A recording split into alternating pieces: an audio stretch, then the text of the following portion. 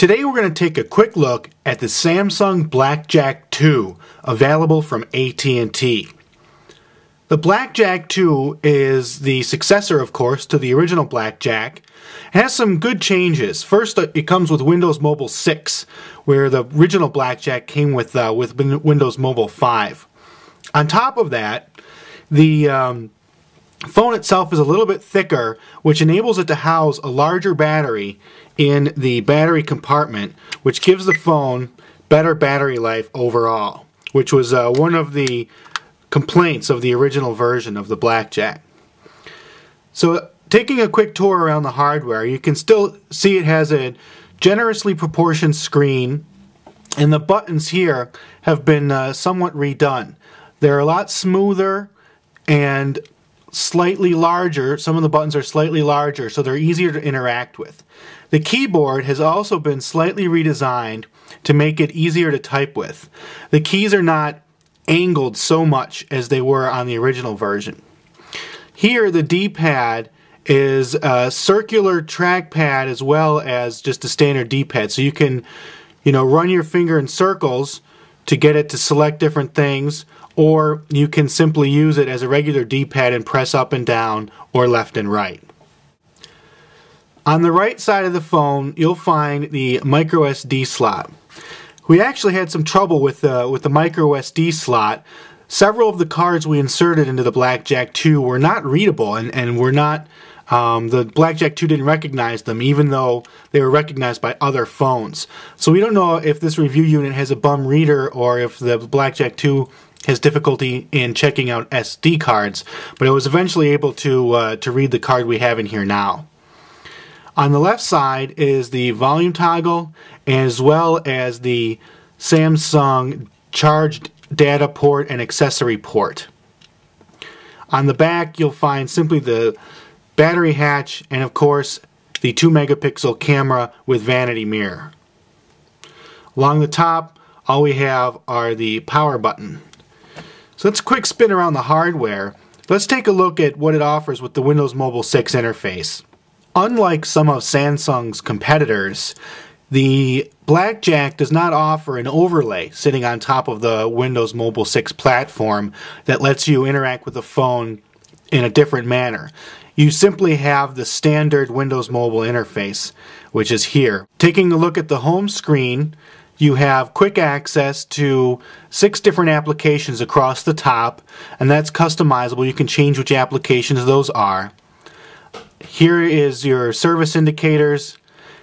This section here is your instant messaging, so you can jump into Yahoo, Windows, or AOL instant messengers.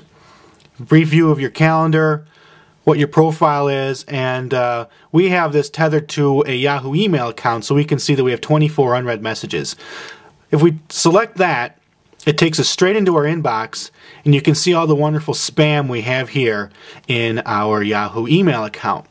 We can also choose to go out to the main menu and access the rest of our items and folders from there. Going into the Start menu brings you into the basic configuration settings for Windows Mobile. You have access to all the different features of the phone here, and you can scroll down to find even more. You can see that it's nothing special here or different from what is available on any other Microsoft Windows Mobile phone.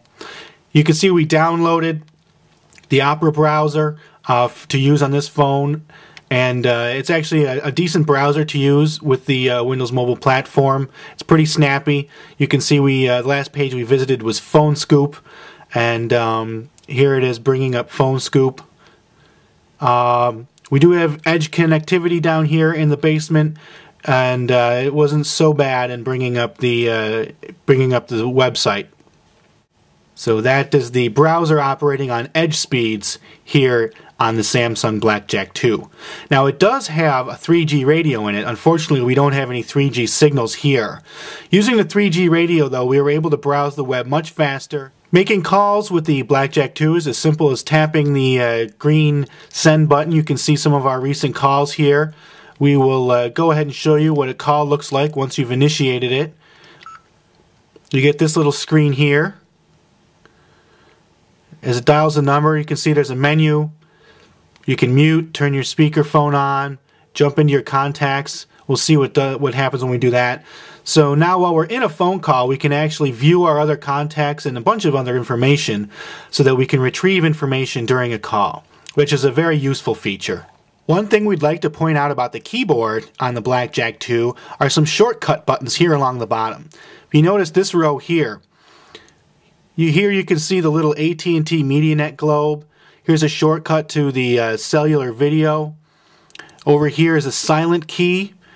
Here is a button that activates the camera. And here is a button that takes you to the messaging center. So let's hit the camera button and see what happens.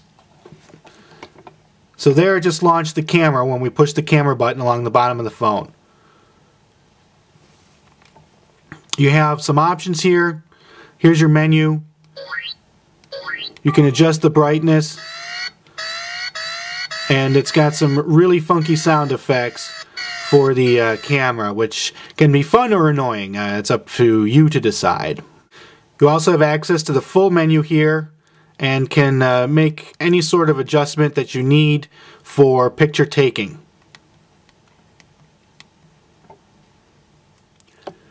And of course, the BlackJack II offers all the personal information management functions you would expect to find on a Windows Mobile smartphone, including access to your calendar, your contact database, your messages and email, and of course it all syncs with your PC.